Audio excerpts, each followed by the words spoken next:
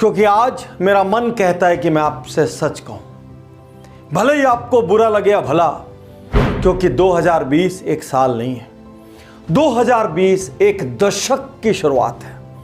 और यदि इस दशक में आप कुछ बड़ा करना चाहते हैं, कुछ क्रांतिकारी करना चाहते हैं, वो पाना चाहते हैं जो आपने आज तक नहीं पाया, तो आपको वो करना पड़ेगा जो आपने आज तक नहीं किया, और मुझे वो कहना पड़ेगा जिसको कहने में मैं आज तक हिचकिचाता रहा। साथियों, सालों से योजनाबद्ध तरीके से हमारे दिमाग में कुछ धारणाएं ठोक दी गई, यहां तक कि अपने स्कूल के ज़माने में मैं भी उन धारणाओं का शिकार हो गया था और अपने आप को औसत मानने लग गया था।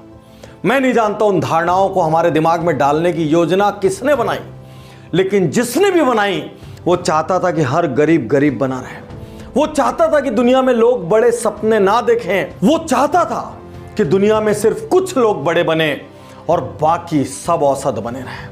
आज मैं जो धारणा आपसे कहने जा रहा हूं, हमारे रोम रोम में नस नस में बस गई है। कुछ समाज ने भरा, कुछ टीचरों ने भरा, कुछ परिवार ने भरा, कुछ यारों ने भरा, और सब ने मिलके हमको औसत बना दिया। जितनी चादर है उतनी पैर फैलाओ, यह धारणा हमको रिस्क लेने से रोकती रही।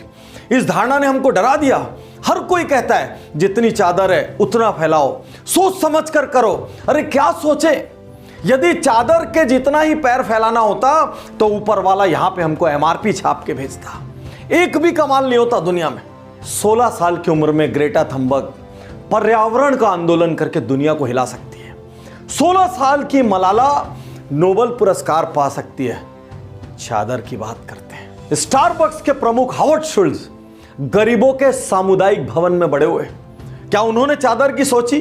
फॉरएवर 21 800 से ज्यादा स्टोरों की श्रृंखला, उसके मालिक डो वैन चैंग एक दिन में 3 काम करते थे। एक बिल्डिंग की चौकीदारी करते थे, एक गैस स्टेशन में अटेंडेंट का काम करते थे, और बचे हुए समय में एक कॉफी हाउस में वेटर का काम करते थे। उन्होंने 800 स्टोर खड़े किए। क्या उन्होंने चादर की सोची?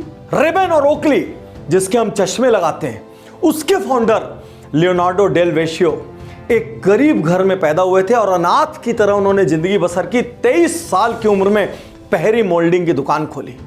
क्या उन्होंने चादर की सोची? भारत के ओलंपिक मेडलिस्ट सुशील कुमार एक बस कंडक्टर के घर गरीबी में पैदा हुए थे और उनकी कुश्ती की प्रैक्टिस के लिए बाकी लोगों को करियर की कुर्बानी देनी पड़ी। और खुद रजनीकांत एक बस कंडक्टर थे। क्या बात करते हैं चादर की। हमें यह क्यों नहीं सिखाया गया, बड़े सपने लो, रिस्क लो, आगे बढ़ो, अरे असफल हो क्या फर्क पड़ता है। हमारे दिमाग में असफलता का भय भर दिया गया, इसीलिए चादर चादर चादर नजर आने लग गई। आज यहां मैं आपसे कहना चाहता हूं, अगले 10 साल के लिए सबसे बड़ा सपना देखिए। हर वो व्यक्ति जिसने यहां पे औसत होने का आपको ठप्पा लगाया है, आज के बाद उसको इग्नोर करना स्टार्ट कीजिए, उसकी बात को नजरअंदाज कीजिए। कितनी बार किसी के कहने पे आपने कई काम छोड़ दिया, आपका मन कर रहा था कि मैं वो करूं, उस वक्त कोई आपको हिम्मत देता तो आप शायद कर लेते, लेकिन कुछ लोगों ने आपको डरा दिया, कुछ लोगों ने आपको बहुत सारी बाधाएं बता दी, कुछ लोगों ने बहुत सारे चैलेंजेस बता दिए, कुछ लोगों ने आपको ऐसे ऐसे नाम बता दिए जो वही करते हुए असफल हुए और आप घबरा गए। मैं आज आपसे कहना चाहता हूं, सलाह लेना बंद करो, और सलाह लेना भी है ना तो उनसे लो जिनकी मानसिक औकात हो सलाह देने की, जिन्होंने उपलब्धियां हासिल की हो, जिन्होंने पसीना बहाया हो, जिन्होंने रक्त बहाया हो। ऐसे लोगों से जिन्होंने संघर्ष किए हो, उनसे सलाह लो। औसत आदमी से सलाह लेके अपने बड़े सपनों का मर्डर मत करो। यदि इस दशक में कुछ बड़ा करना है तो यहां ठान लो कि मैं जब भी सुनूंगा किसी अचीवर की सुनूंगा, या उसकी सुनूंगा जिसने जान लगा के ट्राई किया हो। यदि मेरे आसपास ऐसा कोई नहीं होगा, मैं दूर जाके सुनूंगा। यदि तब भी मुझे कोई ना मिले तो मैं ऐसे लोगों को पुस्तकों में पढ़ूंगा। कोई ना मिले, वीडियो में मेरे साथ पूरा पूरा दिन बिता देना, लेकिन इस दशक को